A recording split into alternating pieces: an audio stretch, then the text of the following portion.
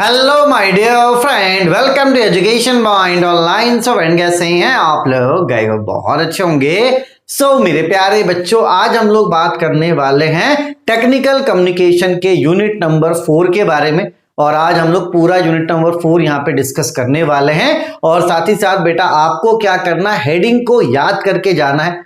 जो भी टॉपिक्स के हेडिंग है उसको आप याद करोगे और उसके अंदर का कंटेंट आप अपने वर्ड्स में लिखोगे। मैं फिर से बोल रहा हूं, टेक्निकल कम्युनिकेशन के लिए चीजों को समझो, हेडिंग्स को आप याद कर लो कि हाँ इस टॉपिक में ये सारे हेडिंग्स का यूज होना है और उसके अंदर का कंटेंट आपको खुद से लिखना है। ठीक है, चलिए सबसे पहला टॉपिक क्या है बेटा? Preparing for interview. देखो बेटा, जब भी आप इंटरव्यू के लिए प्रिपेयर करो, आप अगर किसी कंपनी के लिए अप्लाई कर रहे हो तो आपको क्या करना है बेटा? सबसे पहले थोड़ा सा कंपनी को भी जान लेना है, उसका बैकग्राउंड भी आपको जान लेना है, ताकि वो आपको क्या करेगा बेटा? इंटरव्यू में हेल्प करेगा।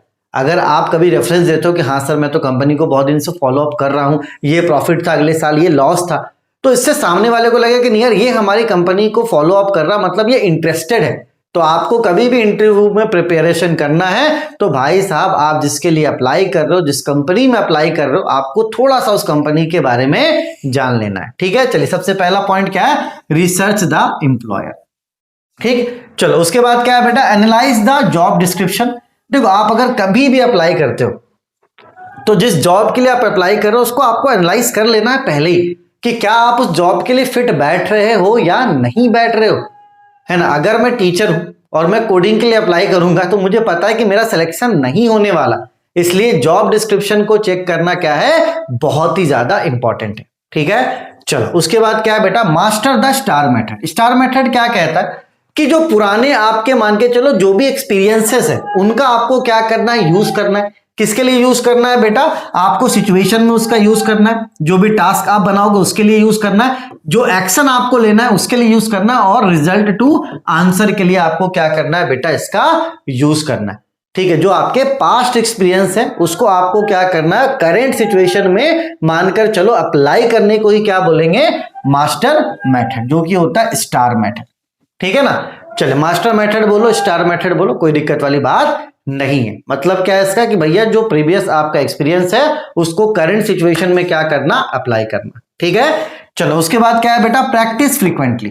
प्रैक्टिस फ्रीक्वेंटली मतलब क्या कि जो इस इंटरव्यू के लिए आप प्रिपेयर कर रहे हो भैया आपको क्या करना है? प्रैक्टिस करते रहना है। अब तो एआई में भी आप क्या कर सकते हो? प्रैक्टिस कर सकते हो। मोबाइल में एआई खोल के आप इंटरव्यू में प्रैक्टिस कर सकते हो, है ना। चाहे वो चैट जीपीटी हो, वहां पे लिखोगे कि मुझे प्रिपेयर करना इंटरव्यू के लिए, आप क्वेश्चन पूछो तो चैट जीपीटी आपसे क्वेश्चन पूछेगा, आप जवाब दोगे, उसके बाद वो आपको रिजल्ट बताएगा कि कितना % आपने जवाब सही दिया, एक्यूरेट दिया, आपके क्या चांसेस है। तो अब इंटरव्यू के लिए प्रिपेयर करना थोड़ा सा आसान हो गया। आप एआई के थ्रू भी क्या कर सकते हो? इसका प्रिपरेशन कर सकते हो। तो जितना ज्यादा आप प्रैक्टिस करोगे उतना जो हेजिटेशन है बेटा वो आपका दूर होगा। ठीक है, चलो उसके बाद क्या है? जिस जॉब के लिए आप अप्लाई कर रहे हो उसके जो क्वेश्चंस है उनको आपको प्रैक्टिस कर लेना है। ठीक है, जैसे कोडिंग के लिए आप जा रहे हो बेटा, तो कोडिंग में जो भी सारी चीजें उसके लिए आपको फ्यूचर कोडिंग का क्या है, कोडिंग में चीजें क्या होती है, ये सारे आपको अच्छे से पहले प्रिपेयर करके जाना है। ठीक है, तो इतना आप कर लो, आपका काम बन जाएगा। 5-6 टॉपिक्स बहुत है। ठीक है, चलो इसको आप क्या कीजिए बेटा? फटाफट से पहले नोट कर लीजिए।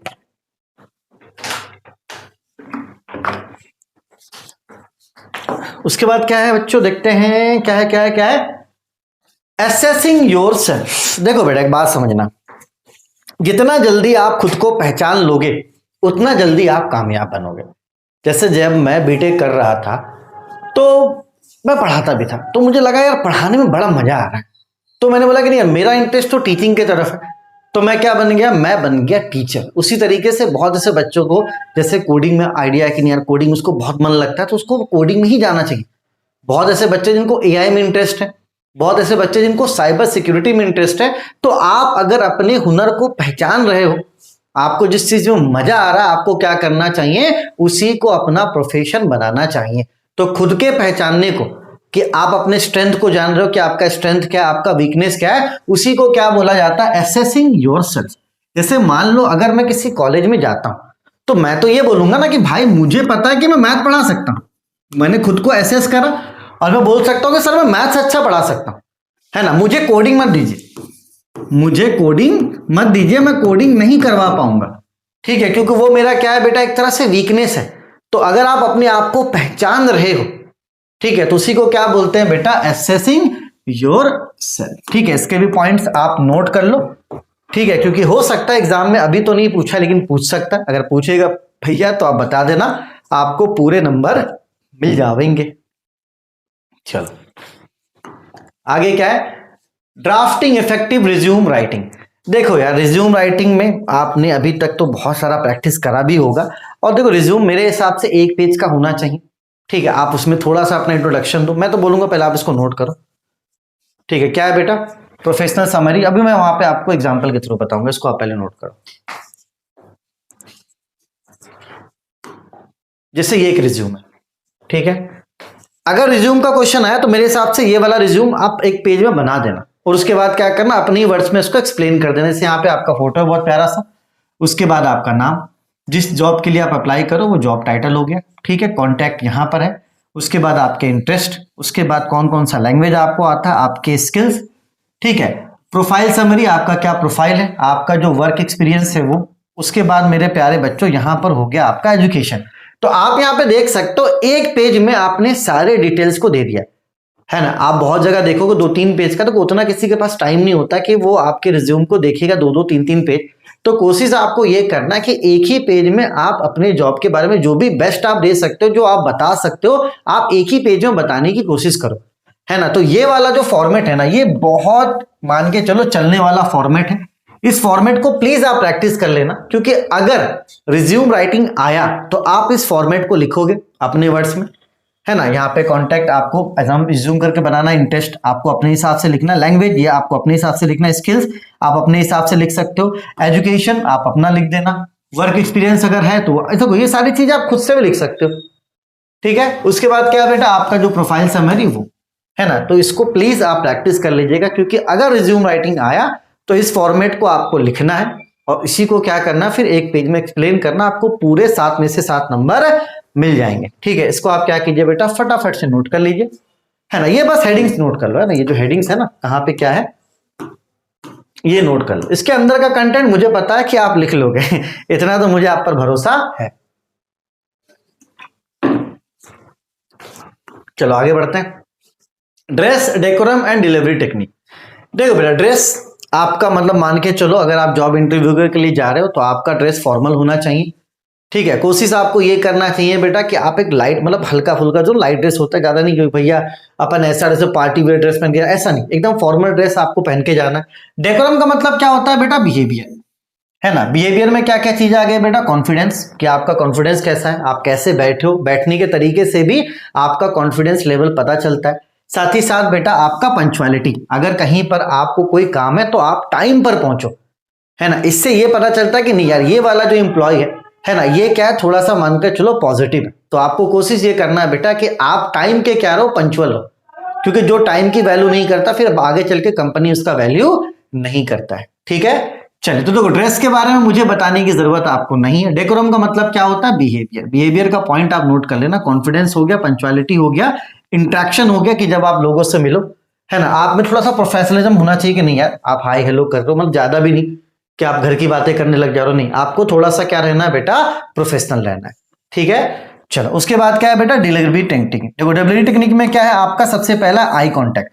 आपको ये कोशिश करना है कि जिससे के साथ आप इंटरेक्ट कर रहे हो, कम से कम 80% आपका आई कांटेक्ट है ना। मतलब जो भी आप बोल रहे हो, अगर 1 घंटा आप मान के चलो किसी से इंटरेक्ट कर रहे हो, तो कम से कम 80% आपका आई कांटेक्ट सामने वाले के पास ऊपर होना चाहिए, ताकि सामने वाला भी क्या करे बेटा, कंसंट्रेट करे। अगर आप इधर उधर देख के बातें करोगे तो सामने वाला आपको ज्यादा सीरियस नहीं लेगा। तो आपको आई कांटेक्ट बनाकर क्या करना है बच्चों, बातें करनी है। ठीक है, चलो उसके बाद वॉइस मॉड्यूलेशन, जहां पे आपको लगता है कि आपका वॉइस थोड़ा लाउड होना चाहिए वहां पे लाउड करोगे, जहां पे आपको लगता है कि नहीं आपका वॉइस थोड़ा सा कम होना चाहिए, लो होना चाहिए, डिसेंट होना चाहिए, तो उस हिसाब से आपको क्या करना है बेटा, अपने वॉइस को भी कंट्रोल करना है। ठीक है, रेट एंड पेसिंग, कहीं कहीं पे आपको जल्दी जल्दी बोलना है, कहीं कहीं पे आपको रुक कर ठहराव देकर बोलना है। ठीक है, तो ये सारी चीजें किस में आएंगी बेटा, डिलीवरी टेक्निक्स में। ठीक है, चलो इसको भी आप नोट कर लो, है ना। हेडिंग्स आप प्लीज, है ना। ड्रेस में क्या हो जाएगा बेटा, प्रोफेशनलिज्म, फॉर्मेलिटी एंड ग्रूमिंग, है ना। यहाँ हो गया eye contact, voice modulation, rate pacing और नॉन वर्बल्स। नॉन वर्बल्स क्या होता है बेटा, नॉन वर्बल्स होता है कि जैसे मैं यहाँ पे आपको पढ़ा रहा हूँ तो मेरे हाथ हिल रहे, मेरा पोस्चर है, ठीक है, मेरी आंखें हैं, नॉन वर्बल मैंने आपको बताया, इसका भी आपको क्या करना है, प्रॉपर ध्यान दे। जैसे मैं बता रहा हूँ ऐसे करके, थोड़ा सा मेरा पॉस्चर आगे पीछे हो रहा है, जो मुझे क्या करता है बेटा, कॉन्फिडेंट देता है। ठीक है, अगर मैं ऐसे करके लेक्चर लूँ तो मैं नहीं ले पाऊंगा। ठीक है, थोड़ा सा अपन को नॉन वर्बली भी क्या रहना पड़ता है, एक्टिव रहना पड़ता है। ठीक है, चलिए इसको आप फटाफट से नोट कीजिए, हो जाओगे पास, घबराना नहीं है ना। हैंडलिंग इंटरव्यूज के लिए देखो जो मैंने बताया था ना, वही है, फिर से था तो मैंने चलो कर दिया यार, नोट करो इसको। पता नहीं एक एक टॉपिक को 2-2 बार क्यों दे देते हैं। Use of non verbal during interview. देखो भाई साहब, जो आप मुंह से बोल रहे हो वो तो ठीक है, लेकिन इंटरव्यू में नॉन वर्बल का भी क्या होता है बेटा, बहुत इंपॉर्टेंट रोल होता है। आपका बॉडी लैंग्वेज, आपका आई कांटेक्ट एक इंटरव्यू के दौरान बहुत इंपॉर्टेंट रोल प्ले करता है कि आप किस तरीके से बैठे हो, आप कितना स्माइल कर रहे हो, आप सामने वाले से कितना आई कांटेक्ट कर रहे हो। ये सारी चीजें किस में आती है बेटा, नॉन वर्बल्स में आती है। तो आपका नॉन वर्बल यूज इंटरव्यू में बहुत इंपॉर्टेंट होता है। ठीक है, चलिए तो यहां पे पोस्चर एंड पोजीशनिंग, आपको ढंग से बैठना है ताकि आप कॉन्फिडेंट दिखो। साथ ही साथ eye contact and facial expression. ठीक है, आपको क्या रहना है बेटा, आई कांटेक्ट लगा कर रहना है और थोड़ा काम रहना है, ऐसा नहीं कि आप हिल डुल रहे हो। ठीक है, ये भी क्या है बेटा, बहुत इंपॉर्टेंट होता है एक इंटरव्यू में। ठीक है, चलो हैंड गेस्चर एंड आर्म्स, जैसे आपका हैंड गेस्चर कैसा, आपने अपने हाथ को कैसा रखा है, ये भी इंपॉर्टेंट रोल प्ले करता है। ठीक है, चलिए उसके बाद क्या है बेटा, अवॉइड डिस्ट्रैक्शन, है ना, इस वाले पॉइंट को आप रहने दो। ठीक है, अवॉइड डिस्ट्रैक्शन, अगर आप मान के चलो डिस्ट्रैक्ट हो रहा है, अपने लेग्स को हिलाना नहीं है ना, अपने बालों से भी डिस्ट्रैक्ट आपको नहीं, उसने तो हाँ बेटा बाल आपको अच्छे से झाड़ के जाना चाहिए। हो सकता है कि आप बार बार इंटरव्यू में कुछ बोल रहे हो, आपका बाल नीचे गिर रहा है, तो इससे क्या होता है बेटा, डिस्ट्रैक्शंस होता है। ठीक है, अपने पैरों को भी आपको नहीं हिलाना है। ठीक है, आप एकदम अच्छे पॉस्चर में बैठो, रिलैक्स होकर बैठो, है ना। पैरों को हिलाना, बालों का गिर जाना, ये आपको क्या करता है, डिस्ट्रैक्ट करता है। ठीक है, चलो उसके बाद क्या है बेटा, अपीयरेंस एंड फर्स्ट इंप्रेशन। देखो बेटा, first impression is the last impression. तो भैया जो भी आपके कपड़े वगैरह है ना, वो थोड़ा साफ सुथरे हो, है ना, बढ़िया से आयरन किया गया हो, तो भैया होता है ना, आप देखना कभी शादी वादी के लिए जाओगे तो हम तैयार होकर जाते हो, तो उसी तरीके से इंटरव्यू के लिए भी आपको तैयार होकर जाना है भैया। First impression is the last impression. चलो आगे देखते हैं क्या है। चलो बेटा, अब बात करते हैं हैंडलिंग टर्बुलेंस ड्यूरिंग इंटरव्यू, कि अगर आप इंटरव्यू में घबरा गए तो आपको क्या करना है। देखो भैया, एक सिंपल सी मैं आपको बात बता रहा हूं, पूरा आंसर उसी के आसपास घूमेगा। सामने वाले को ही पता है कि अगर आप पहली बार इंटरव्यू देने जा रहे हो तो आप घबराओगे ही घबराओगे, लेकिन अगर आप घबरा गए, पैनिक कर गए, उस समय आपको क्या करना है बेटा, थोड़ा सा ब्रेक लेना है, अपने आप को थोड़ा सा समय देना है, और आपको क्या करना है बेटा, जोर जोर से थोड़ा सांस लेके अपने आप को कूल डाउन करना है। ठीक है, ये पूरा आंसर इसी के इर्द गिर्द घूमता है कि अगर आप कभी घबरा गए तो आपको क्या करना, रुकना है ना, रुक कर सांस लेना है, सोचना है। ठीक है, उसके बाद क्या करना बेटा, आपको कंटिन्यू करना, भागना नहीं है वहां से, कि अगर आप घबरा गए कभी इंटरव्यू में तो आप भाग रहे हो, ये वाला काम आपको नहीं करना। आप रुक कर सांस लेकर अपने आप को क्या करोगे, नॉर्मल करोगे। क्योंकि देखो सामने वाला भी तो जान रहा ना कि आप पहली बार इंटरव्यू देने आ रहे हो, तो घबराहट तो होगा। अगर मैं किसी नॉलेजेबल इंसान को यहाँ पे खड़ा कर दूं कैमरे के सामने और बोलूंगा बोलो, तो होता क्या है बेटा कि घबराहट से, कैमरा फेस करने की घबराहट से उसको आता रहेगा तो भी वो नहीं बोल सकता। ठीक है, तो ये मैं भी जानता हूं, तो जो इंटरव्यू लेता है वो भी जानता है कि बच्चे थोड़ा सा कभी कभी घबरा जाते हैं, तो वहां पर आपको क्या करना भैया, उठ के भाग नहीं जाना कि सर हमसे नहीं हो पाएगा, नहीं, आपको अपने आप को दोबारा मौका देना है। ठीक है, चलो तो ये आंसर पूरा इसी के इर्द गिर्द क्या होता है बेटा, घूमता है। ठीक है, अपने बॉडी लैंग्वेज को भी क्या करना है बेटा, थोड़ा सा कंट्रोल आपको करना है। कुल मिलाकर आपको घबराना है नहीं, बिल्कुल भी नहीं, आपको क्या करना, अपने आप को कंट्रोल करना, थोड़ा सा रुकना है, अपने बॉडी लैंग्वेज को भी क्या करना, थोड़ा सा काम करना है।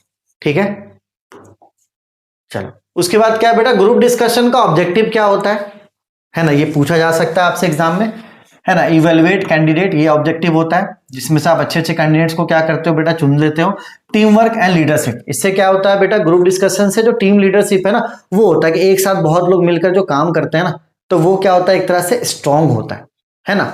चलिए उसके बाद क्या है बेटा, प्रॉब्लम सॉल्विंग, तो खैर ये है, तो ये क्या हो गया, आपका ऑब्जेक्टिव हो गया किसका, ग्रुप डिस्कशन का। इसके बाद क्या है बेटा, ग्रुप डिस्कशन का मेथड क्या हो सकता है, देखो सबसे पहले तो सेटअप करना, उसके बाद आपको स्टेज बनाना बढ़िया बेहतरीन, जहां पर आप क्या करोगे बेटा, ग्रुप डिस्कशन करोगे। और उसके बाद ग्रुप डिस्कशन का जो टाइप्स होता है, ठीक है, जैसे कि मानकर चलो यहाँ पे क्या है, फैक्चुअल है, ओपिनियन बेस्ड है, ये सारे टाइप्स है कि आपको किस पे क्या करना है बेटा, ग्रुप डिस्कशन करना है। ठीक है, आपको फैक्चुअल चीजों पे करना है या तो आपको अपना ओपिनियन देना है कि हाँ यार ऐसा देश में हो रहा है, ये आपके हिसाब से कैसा है।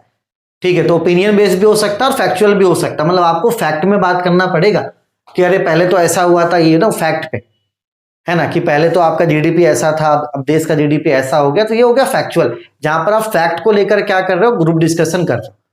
ठीक है, ओपिनियन में क्या, ओपिनियन सबका अलग अलग हो सकता है कि यार मेरा तो ये मानना ऐसा होना चाहिए, किसी का कुछ और मानना हो सकता है। ठीक है, तो ये किसके अंतर्गत आएगा बेटा, ये मेथड के अंतर्गत आएगा। ठीक है, चलिए तो ऑब्जेक्टिव एंड मेथड, इसको आप नोट कर लो। मैंने क्या बोला, हेडिंग्स आपको ध्यान में रखनी है, फिर से बोल रहा हूं, है ना। सबसे ज्यादा इंपॉर्टेंट कौन है आपका, हेडिंग भैया। फोकस, जब भी आप ग्रुप डिस्कशन में बैठो आपका फोकस होना चाहिए, आप अच्छे से चीजों को सुनोगे, अपना कंट्रीब्यूशन भी आप दोगे। ठीक है, बिहेवियर का आपको बहुत ध्यान रखना, ऐसा नहीं कि आप अपना टेम्परामेंट खो दो। ठीक है, और आपको जो समय मिलेगा उसका आपको अच्छे से मैनेजमेंट करना है। तो ये हो गया आपका फोकस के 4 पॉइंट्स। ठीक है, कंटेंट देख लो बेटा, कोई रिलेवेंस कंटेंट हो सकता है जो डायरेक्ट किसी चीज को टारगेट कर रहा हो, एविडेंस बेस्ड भी हो सकता है और बैलेंस्ड व्यूज भी ये हो सकता है। ठीक है, ये हो गया कंटेंट कि आप किस पे मेरा प्यारा बच्चा ग्रुप डिस्कशन कर रहे हो, आप एविडेंस बेस्ड वाले पे कर रहे हो, है ना, या आप फैक्चुअल किसी चीज पे कर रहे हो, है ना। तो ये सारे किसके अंदर आएंगे, कंटेंट के अंदर आएंगे। इसको आप नोट कीजिए फटाफट। हेडिंग तो भैया याद करके जाना, मैं फिर से बोल रहा हूं। स्टाइल में देख लो, कॉन्फिडेंट एंड क्लियर, आपका जो थिंकिंग है वो सही होना चाहिए, है ना। रिस्पेक्टफुल क्या होना चाहिए, इंटरेक्शन होना चाहिए, किसी के साथ भी आप अगर बात कर रहे हो तो वो रिस्पेक्टफुली आप बात करोगे, है ना। ये नहीं कि आप तू तड़ाक करने लग जाओ न्यूज चैनल की तरह। ठीक है, आपका जो लैंग्वेज होना चाहिए वो प्रोफेशनल होना चाहिए। ठीक है, आर्ग्यूमेंट स्किल्स में आपका क्रिटिकल थिंकिंग होना चाहिए कि आप दूसरे से थोड़ा अलग सोचो, है ना, जो सोच हो वो सही होना चाहिए, है ना। कंस्ट्रक्टिव डी एग्रीमेंट, अगर किसी से आप डिसएग्री कर रहे हो तो वो आपको रोकना है उससे, तो बहुत कंस्ट्रक्टिव होना चाहिए, ऐसे नहीं कह रहे मैं नहीं मानता, आप फैक्ट के साथ क्या करोगे, उसको रोकोगे, तो उसी को क्या बोलेंगे हम लोग, कंस्ट्रक्टिव डिसएग्रीमेंट बोलेंगे। ठीक है, चलो तो इसके लिए प्लीज 2 ही पॉइंट करके जाना, बाकी ये पॉइंट थोड़ा सा टफ है तो इनको आप रहने दे सकते हो। ठीक है, इसको आप नोट कर लो फटाफट। चलो उसके बाद क्या है बेटा, प्रोफेशनल प्रेजेंटेशन। प्रोफेशनल प्रेजेंटेशन मतलब जैसे मैं आपके सामने जो वीडियो बना रहा हूं, ये एक जीता जागता एग्जांपल है प्रोफेशनल प्रेजेंटेशन का। मैं आपको प्रेजेंट कर रहा हूं, क्या प्रेजेंट कर रहा हूं, यूनिट नंबर 4। तो अगर आप कभी प्रोफेशनल प्रेजेंटेशन करते हो तो उसके लिए जरूरी क्या है बेटा, आपका ऑडियंस अवेयरनेस होना, कि आपका ऑडियंस सुनना क्या चाहता है। जैसे कल पेपर है तो मैं आज वो टॉपिक पढ़ा रहा हूं, मुझे पता है कि मेरा बच्चा ये सुनना चाहता है, इसी को क्या बोलेंगे हम लोग, ऑडियंस अवेयरनेस बोलेंगे। ठीक है, बॉडी लैंग्वेज बहुत अच्छा होना चाहिए। ठीक है, जो आप डिलीवरी कर रहे हो वो क्या होना चाहिए बेटा, पॉइंट टू पॉइंट होनी चाहिए, इधर उधर की बातें करने से अपन को क्या करना है, बचना है। ठीक है, कंटेंट और प्रेजेंटेशन भी अच्छा होना चाहिए और साथ ही साथ आपका प्रिपरेशन भी अच्छा होना चाहिए। अभी तक तो ये एग्जाम में नहीं पूछा है, लेकिन हो सकता है कि एग्जाम में आपसे पूछ सकता है। ठीक है, चलो इसको नोट करो।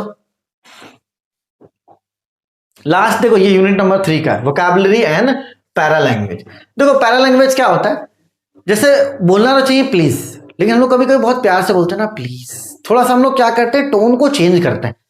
बोलना तो अपन को प्लीज चाहिए, लेकिन हम लोग क्या करते हैं, कभी कभी प्यार से बोलते हैं ना प्लीज, थोड़ा सा ये देखिए प्लीज, वर्ड्स को सुंदर बनाने के लिए। तो उसी को क्या बोला जाता है बेटा, उसी को बोला जाता है आपका पैरा लैंग्वेज, जहां पे हम लोग क्या करते हैं, किसी वर्ड के टोन, पिच और वॉल्यूम को क्या करते हैं, थोड़ा सा अट्रैक्टिव बनाने की कोशिश करते हैं, है ना। प्लीज आप मेरा ये काम कर दीजिए, प्लीज चैनल को सब्सक्राइब कर दीजिए, प्लीज थोड़ा सा, मतलब अगर जोर दिया जाए, है ना, थोड़ा सा रिक्वेस्टिव टोन हो जाए, थोड़ा सा प्यारा टोन हो जाए, है ना। आप एक देखना एक बात, अगर आप कभी सेल्समैन के पास जाओगे, कभी मान के चलो कार वार खरीदने के लिए ना, जैसे मैं कार ले रहा था तो कार में क्या 10 दिन की डिलीवरी लेट थी मेरी, कि आजकल हो रहा था, तो मैं घर से तो गुस्से से जाता था कि अरे यार मैं अब जाके बोलूंगा क्यों नहीं दे रहे हो कार, ऐसा वैसा। लेकिन वहां जब जाते थे, करण सर से बात होती थी, तो बड़ा काम टोन में, सर हो जाएगा सर, बड़ा टोन एकदम मेंटेन, मतलब आप उनके टोन से आपका गुस्सा क्या हो जाता है बेटा, शांत हो जाता है। तो वो किसका यूज करते थे, पैरा लैंग्वेज का, जहां पे टोन के थ्रू वो क्या कर रहे हैं, सिचुएशन को मैनेज कर रहे हैं। मैं गुस्से में ही जाता, लेकिन सर सर प्लीज बैठिए ना सर, सर चाय वाय लाइए सर, सर सर उस पर अपन बात करें सर, थोड़ा सा करके, है ना, प्यार से चीजों को गुस्सा ठंडा करके। डेली अपन जाते थे, पेप्सी वेप्सी पी के आ जाते थे। ठीक है, तो इसी को क्या बोला जाता है, पैरा लैंग्वेज बोला जाता है। ठीक है, चलिए इसको आप नोट कर लीजिए, है ना, और ये इंपॉर्टेंट है एग्जाम के लिए। अब देखते हैं यार यूनिट नंबर 5 का क्या होता है। फिलहाल इतने टॉपिक्स तो अपन ने कवर अप कर दिए। अगर ऐसा लगा यूनिट नंबर 5 की जरूरत है तो वो भी अपन बना देंगे, उसके लिए भी वीडियो घबराना बिल्कुल भी नहीं है। तब तक अपने और अपनों का खूब ख्याल रखिए। Take care, bye bye, Tata.